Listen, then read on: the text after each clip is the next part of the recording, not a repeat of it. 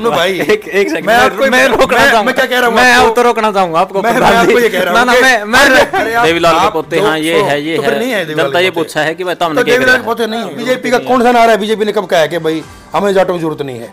हरियाणा की जनता जो वादे करे थे ना, वो तो जनता करेगी ना। अरे भाई पहले कांग्रेस थी नहीं, 10 साल कांग्रेस रही नहीं, उन्होंने क्या कर दिया जाटों के लिए? मैं क्या कह रहा हूं? मैं जानी चाहिए, नहीं जानी चाहिए।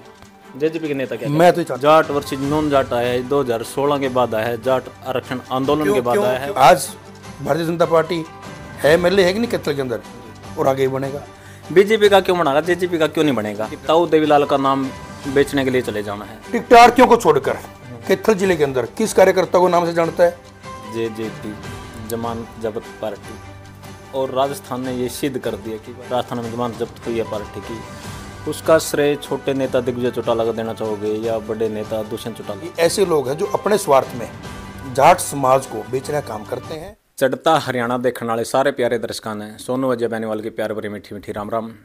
आज अपने साथ फ्रेम में मौजूद है जेजेपी के कद्दावर नेता राजू ढुलपाई। राजू, सबसे पहले तो स्वागत है आपका अपना चैनल चढ़ता हरियाणा पे। धन्यवाद सोनू भाई, और आपके जितने भी दर्शक, व्यूवर्स, फॉलोअर्स, चाहने वाले हैं जिनसे आपका दिली मिलाप है, तो उन सब उस दर्शकों को मेरे हाथ जोड़ के नमस्कार। धन्यवाद। राजू, पहले तो लोग कई करते हैं आपकी पार्टी के बारे में, जेजेपी जमानत जब्त पार्टी, और राजस्थान ने ये सिद्ध कर दिया कि भाई हाँ वास्तव में ही जमानत जब्त पार्टी है, क्योंकि 19 प्रत्याशी आपके चुनाव लड़ रहे थे और 19 की वहाँ पर जमानत जब्त हुई है। सोनू भाई, मुझे ये बताइए कि भी आपने कहा जमानत जब्त पार्टी राजस्थान में, मैंने नहीं कहा, जनता कहती है। नहीं, जनता कहती, मैं वही तो कह रहा हूँ कि ये सोशल मीडिया एक ऐसा प्लेटफॉर्म है जी, जहाँ आदमी जिस तरीके से जिसको मजे लिए जाए वो मजे लेता है। कोई व्यक्ति मुझे ये बताए कि जननायक जनता पार्टी, जेजेपी पार्टी राजस्थान में कि भाई कांग्रेस के ओपोनेंट भाई ये था कि भाई बहुत पुरानी पार्टी है, बड़ा जनाधार की पार्टी है, या बीजेपी के खिलाफ कोई बड़े जनाधार की पार्टी है, या हम शुरू से ही कोई वहाँ पे हमें कोई जान पहचान थी। भाई 1 महीने पहले हम अपनी पार्टी विस्तार करने के लिए राजस्थान में गए, हमने वहाँ मेहनत की, रैली की, हमें तो ये नहीं पता कि राजस्थान की गलियाँ किस तरफ से, कूचे किस तरफ से, मकान किस तरफ, तो हम पार्टी का सिंबल लेकर के वहाँ गए। हमने लोकल साथियों से तालमेल किया, उम्मीदवार बनाया, चुनाव लड़ा। कोई व्यक्ति ये नहीं सोचता कि भाई एक पार्टी हरियाणा से उठ करके राजस्थान के अंदर की गई है और वहाँ प्रयास किया, अपनी पार्टी को स्थापित किया है। 1 महीने के अंदर चाहे हमारे तो 5 वोट आए, चाहे हमारे 5000 वोट आए, वो जो 5 मतलब लोकतंत्र के अंदर आप जो 5 व्यक्ति हमसे जुड़े हैं, आप वो कोई जुड़ाव नहीं मानते जी। तो आप मुझे बताइए, चलो जेजेपी तो हमारी तो जमानत जब्त हुई, तो वहाँ पर जो हनुमान बेनीवाल की पार्टी है, जो पिछले 15 साल से संघर्ष भी कर रहे हैं, लोकसभा के MP भी रहे हैं, उनके 4-5 विधायक भी रहे हैं, तो खुद हनुमान बेनीवाल जी खुद 2000 वोटों से राष्ट्र राउंड में जीते हैं। उनके जितने भी उम्मीदवार थे, आपने उनकी निकाली है डिटेल्स, सबकी उनकी जमानत जब्त हैं, कोई व्यक्ति उन पर कोई उंगली उठा रहा। आम आदमी पार्टी जिसकी दिल्ली में सरकार है, पंजाब में भी सरकार है, उन्होंने भी वहाँ पर चुनाव लड़ा, हमसे ज़्यादा सीटों में चुनाव लड़ा, हर व्यक्ति की जमानत जब्त हुई है। तो आप ये तो देखें कि भाई एक व्यक्ति ने, एक अकेला युवा दुष्यंत चौटाला, जो अपनी पार्टी विस्तार करने के लिए, जहाँ सभी लोग खिलाफ, यहाँ के भी जो जितने भी कांग्रेसी थे या जितने हमारे चाहने वाले थे, वो वहाँ राजस्थान में जाकर के दुष्यंत की बुराई।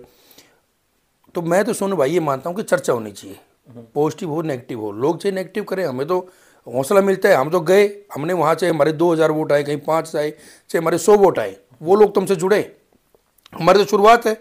हमने तो 1 महीने पहले पार्टी की शुरुआत की है। कम से कम हमारा पूरे राजस्थान के अंदर हमें ये एहसास कराने में तो कामयाब रहे कि भी जननायक जनता पार्टी भी है, तो हम तो इसको अपनी जीत मानते हैं। उम्मीद कितनी सीटों की लगा रहे थे कि भाई आप जैसे बुलंद हौसले के साथ राजस्थान में पहुंचे, कितनी उम्मीद थी कि भाई 1-2 सीट तो आप सोचे कर दे हाँ भाई आवेगी? बिल्कुल सोनू भाई, फतेहपुर सीट थी, तो हमें ये उम्मीद थी कि भाई फतेहपुर सीट और एक हिंडौन सीट, फिर हमें ये था कि भाई हाँ यहाँ त्रिकोणीय मुकाबला बन सकता है। लेकिन जो चुनाव के, क्योंकि लोग तो वहाँ नहीं थे, लोग तो सोशल मीडिया पे कुछ भी देखते हैं, कुछ भी बोलते हैं। हम वहाँ पर 2 महीने से मैं लगातार रहा हूँ, हमने मेहनत की, वहाँ देखा हमने, जो लास्ट के 2 दिन थे वो चुनाव बिल्कुल पलट गया। तो वहाँ पर बिल्कुल आमने सामने की टक्कर हो गई थी कांग्रेस की और बीजेपी की।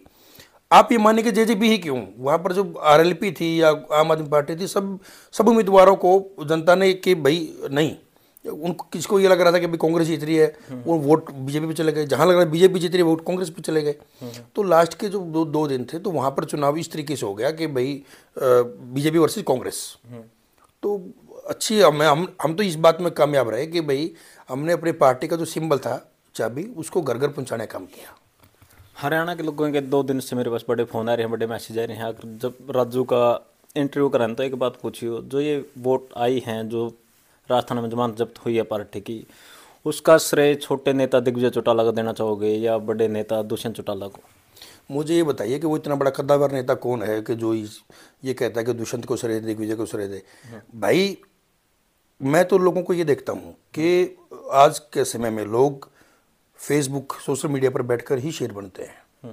कोई व्यक्ति अपने घर से बाहर निकल कर तो देखे, जो ये लीडर बनते हैं या जो बड़ी बड़ी बातें करते हैं, ये अपने सफ़ेद कुर्ते पहने और एसी में बैठे और मोबाइल चलाया और कुछ भी पेल दिया। अरे भैया फील्ड में निकल कर देखें, आप एक व्यक्ति को जोड़ के देखें। आप अपने गांव में कोई भी तथाकथित नेता है, वो अपने गांव के अंदर अपने परिवार को, अपने घर को, अपने गांव में से ही अपनी पार्टी को बढ़ा के दिखाए, 2 व्यक्ति को जोड़ करके दिखाए। एक आदमी अपनी यहाँ से निकल करके राजस्थान के लोगों के बीच में गए हैं, वहाँ उनसे मिल रहे हैं, अपनी बात। आप ये बताइए कि जो व्यक्ति सड़कों पे रहता है, जो मेहनत कर रहा है, वो आज नहीं तो कल नहीं तो परसों उसके परिणाम मिलते हैं। भारतीय जनता पार्टी, आप इस बात के गवाह हो सोनू भाई कि 90s के दशक में जब कांग्रेस की तूती बोलती थी तो भारतीय जनता पार्टी कितने वोट आते थे? कैथल का उदाहरण बताइए, आप तो कैथल विधानसभा क्षेत्र से हो। रवि भूषण गर्ग जी चुनाव लड़ते थे, कितने वोट थे? 200, 150, यही वोट आते थे। आज भारतीय जनता पार्टी है, एमएलए है कि नहीं कैथल के अंदर, और आगे बनेगा। तो आप मुझे बताइए सोनू भाई, एक सेकंड, मैं क्या कह रहा हूँ, मैं अब तो रोकना चाहूंगा आपको। मैं आपको ये कह रहा हूँ, मैं अपनी पार्टी का विस्तार करता है तो मायूस नहीं होना चाहिए। मैं तो जो लोग सोशल मीडिया पर बैठकर ज्ञान फैलते हैं, तो मैं उनसे ये कहना चाहूंगा कि इस प्लेटफॉर्म से बाहर आकर के आप मेहनत करके देखें। आपने ऐलान कर दिया कि भाई आगे भी बीजेपी का विधायक कैथल से बनागा। बीजेपी का क्यों बनागा, जेजेपी का क्यों नहीं बनेगा? गठबंधन में चुनाव लड़ेंगे। अगर गठबंधन नहीं रहता फिर किसका बनेगा? 100% बनेगा।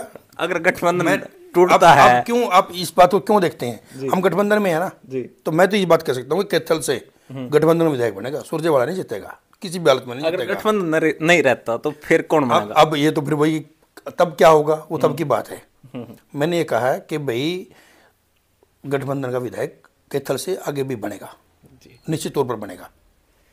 जो जेजेपी पार्टी है ना, आपकी पार्टी के ऊपर बात कर लेते हैं। लोग आपके बारे में ये कहते हैं, आपकी पार्टी के बारे में ये कहते हैं, काम अगर इन्होंने कुछ किया होता ना तो जनता साथ देती इनका।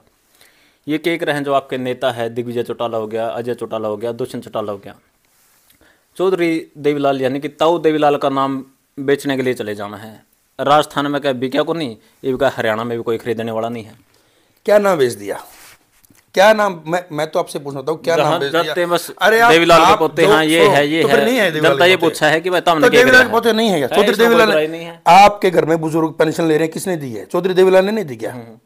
जो ये लोग कितने बड़े हैं, कितने बड़े छोटे हैं, जिनके घर में इतनी स्कीम बनाई है, ये कर्जा माफी जो स्कीम आई हुई है, आज तो कोई भी सरकार माफ कर दे, किसने माफ की थी? चौधरी देवीलाल ने की नहीं की थी? आप मुझे बताइए, वो नहीं कहेंगे भाई चौधरी देवीलाल की तर्ज पे हम भी काम करना चाहते हैं। आप मुझे सोनू भाई ये बताइए, कितनी सीटें दी हैं भाई? जेजेपी को 10 सीटें मिली हैं। कितनी? 46 सीट मुख्यमंत्री बनने के लिए होती है। 10 सीटों के साथ, और जिसमें जो विधायक है वो भी खिलाफत का जिनका बुगिल उन्होंने मुकर किया हुआ है, उसके बावजूद भी एक व्यक्ति इतना संघर्ष कर रहा है, इतना भाई एक छोटे कितने 30 साल के नौजवान दोनों भाई कितना प्रयास कर रहे हैं भाई, कोई प्रयास नहीं देखता। क्या काम अभी तक कहाँ उनको मौका मिला है? आज तक भी मुझे बताइए कि भाई सरकार है, कौन सा ऐसा लीडर है जो लोगों को मिलता है? आज तो विपक्ष में, चलो भूपेंद्र हुड्डा विपक्ष में है, सुरजेवाला विपक्ष में है, चौटाला परिवार की खासियत रही है, चाहे विपक्ष में हो चाहे पक्ष में हो, विपक्ष में है फिर भी लोगों से मिलते हैं। आप मुझे बताइए कि भाई भूपेंद्र हुड्डा 10 साल मुख्यमंत्री रह लिया, टिकटार्थियों को छोड़कर कैथल जिले के अंदर किस कार्यकर्ता को नाम से जानता है? बताइए मुझे। दीपेंद्र हुड्डा किस कार्यकर्ता को नाम से जानता है?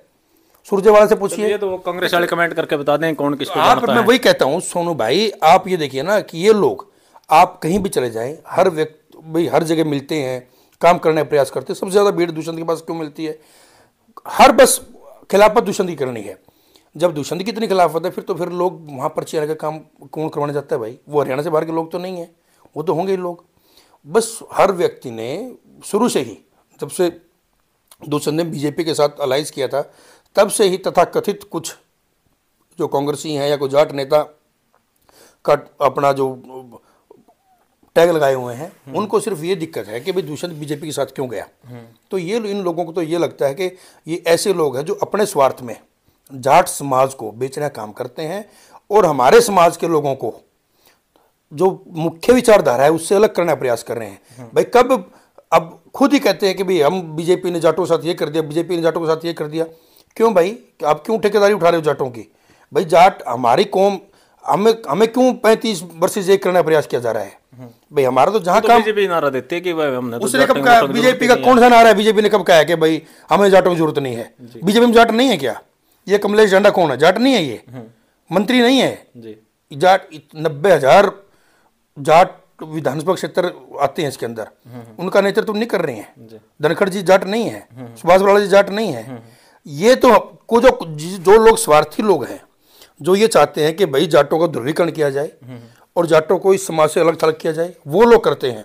मैं तो कहता हूं कि हमारे जाट समाज के लोगों को जहां हमारा काम बनता हो, हमें कोई पार्टी नहीं बांध सकती। हम किसी पार्टी के पिछलोगू नहीं है कि भाई ये पार्टी हमारी जाटों की पार्टी है, ये हमारे, अरे भाई पहले कांग्रेस थी नहीं, 10 साल कांग्रेस रही नहीं है, उन्होंने क्या कर दिया जाटों में लिया ऐसा अलग? या कि और कौन सी पार्टी है? मैं ये कह रहा हूं कि भाई जहां हमारा काम बनना चाहिए, कोई भी दल हो, कोई भी नेता हो, जो हितों की बात करेगा, लोगों को बढ़ाने की बात करेगा, हमारे हकों की बात करेगा, आप उसकी तरफ जाइए।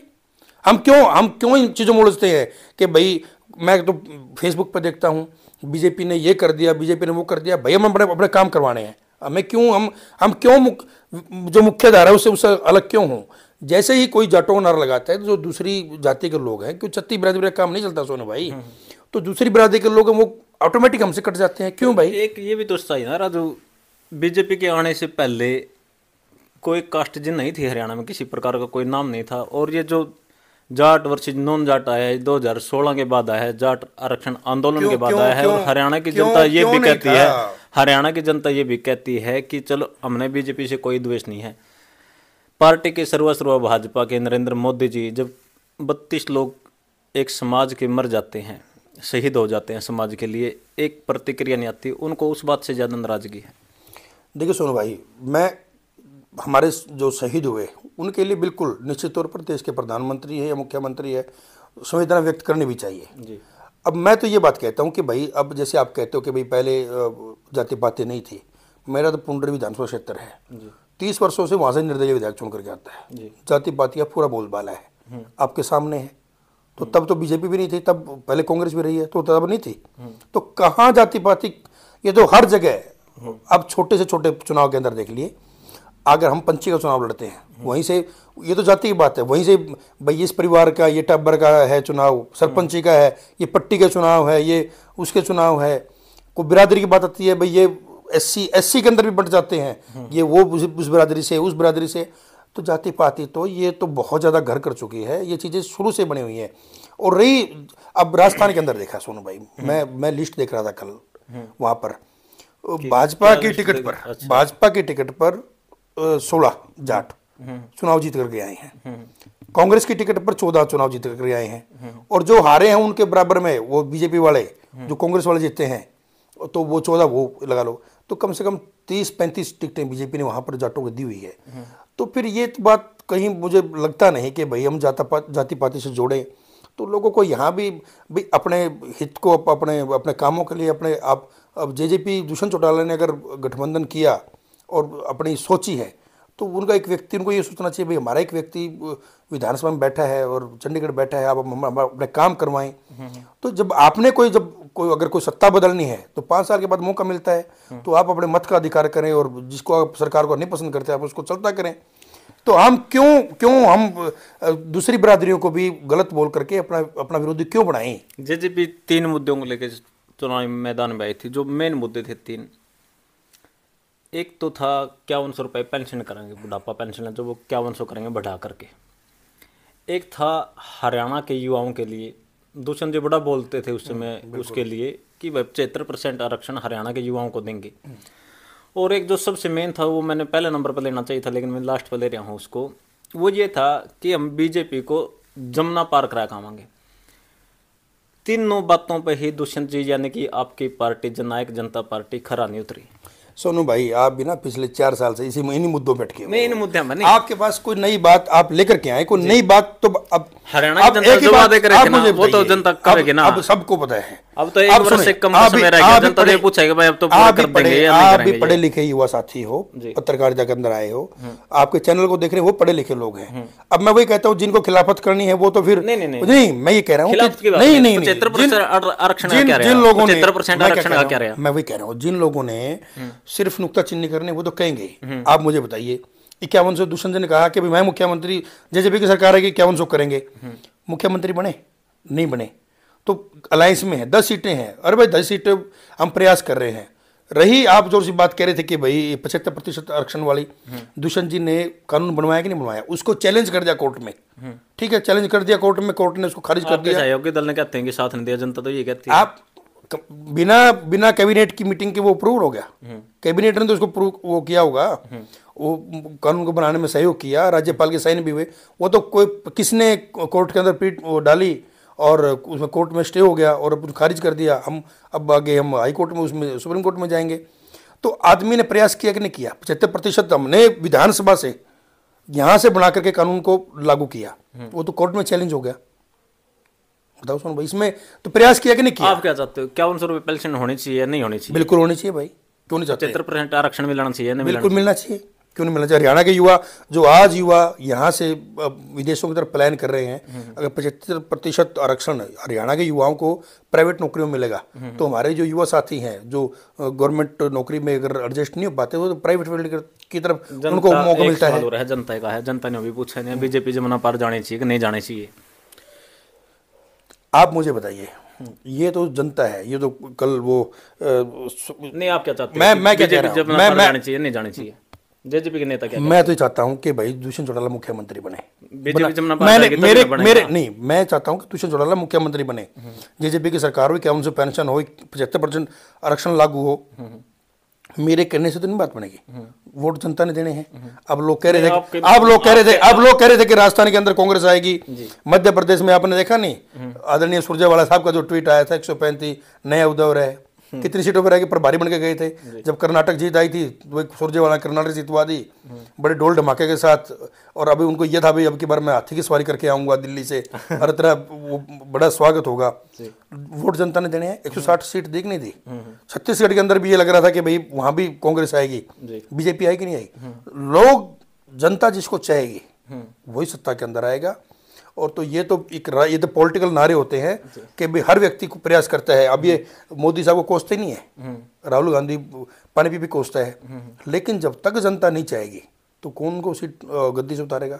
तो ये सब जनता के हाथ में है। जवाब दे दो, जनता जब बेसब्री इंतजार कर रहा है। राज्य उपाय नहीं चाहेगी बीजेपी जमुना पार जानी चाहिए इस बार? राज्य हम अलायंस के अंदर चुनाव लड़ेंगे दोबारा, फिर तीसरी बार गठबंधन की सरकार हरियाणा के अंदर बनेगी। मनोहर लाल को मुख्यमंत्री बनाओगे आप? दुष्यंत चौटाला को मुख्यमंत्री देखना चाहते हैं, गठबंधन के अंदर चुनाव लड़ेंगे। तो हर व्यक्ति, बीजेपी मनोहर लाल जी को देखना चाहती है, किसी और को देखना चाहती है, उनकी बात है।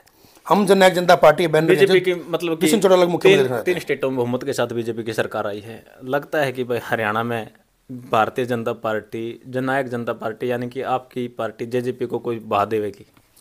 देखिए, क्या उनको जरूरत था आपकी? सोनू भाई, आज चल इस बार बहुमत में मजबूरी में लगा लिया आप साथ, जबकि निर्दलीयों के साथ मजबूरी क्या होती है? नहीं, मजबूरी क्या होती है? एक स्टेबल सरकार के लिए दुष्यंत चौटाला की अच्छी छवि है, उनको देख करके उन्होंने साथ में, वरना तो निर्दलीय सरकार बन नहीं रही थी। तो अमित शाह जी ने फिर दुष्यंत को बुला करके दुष्यंत जी के साथ गठबंधन क्यों किया? तो कहीं ना कहीं जब पहले लोकदल थी या भाई हमारी जो पार्टी के लोकदल का रहा है, तो वो एनडीए का हिस्सा हम शुरू में रहे हैं, बीजेपी के साथ बड़ी बॉन्डिंग रही है, तो अब भी है। हम तो यही उम्मीद करते हैं कि भाई दोनों पार्टियों को मिल करके चुनाव लड़ना चाहिए, और जब मिल करके चुनाव लड़ेंगे तो फिर निश्चित तौर पर गठबंधन की सरकार बनना तय है। मतलब भाजपा ये चाहते हैं कि भाई अलायंस में चुनाव हो, हर व्यक्ति। भाजपा ये नहीं चाहते कि भाई ये हमारे साथ रहे, क्योंकि बीजेपी नेताओं के चौधरी वीरेंद्र सिंह की बात कर रहे हैं सर, हम कहते हैं कि बीजेपी, वीरेंद्र सिंह बीजेपी थोड़ी है जी, बीजेपी नेता तो है ना बीजेपी के। हर व्यक्ति, कार्यकर्ता, हर नेता, पता नहीं कितने नेता हैं। वैसे तो जेजेपी मैं क्या कहता हूँ सोनू भाई कि भारतीय जनता पार्टी के अंदर तो अमित शाह जी और नरेंद्र मोदी जी हैं, जो पार्टी शीर्ष नेता तो जो फैसला करता है वो, वो अध्यक्ष हैं, वो भी हैं पार्टी के उनकी भी शीर्ष, तल्ली बिल्कुल तो बिल्कुल शीर्ष नेतृत्व है। जो शीर्ष नेतृत्व चाहता है तो उसी तरीके से वो अलायंस रहना है, नहीं रहना है वो चाहेंगे तो जरूर होंगे। लेकिन हमारी तो दिली इच्छा ये है, सभी ये चाहते हैं कि भाई जब 4 साल इकट्ठे सरकार चली है, 5 साल पूरी अलायंस में जाएगी, तो अगली बार भी मिलकर के चुनाव लड़ें। धन्यवाद। ये थे जेजेपी नेता राजू ढोलपाई जी। आपने इनकी पूरी बातें सुनी। एक सभ्य कमेंट के माध्यम से आपकी प्रतिक्रिया का इंतजार रहेगा। अंत में चढ़ता हरियाणा देखने वाले सारे प्यारे दर्शकों ने सोनू अजय बेनीवाल की प्यार भरी मीठी मीठी राम राम। धन्यवाद। जय जवान जय किसान।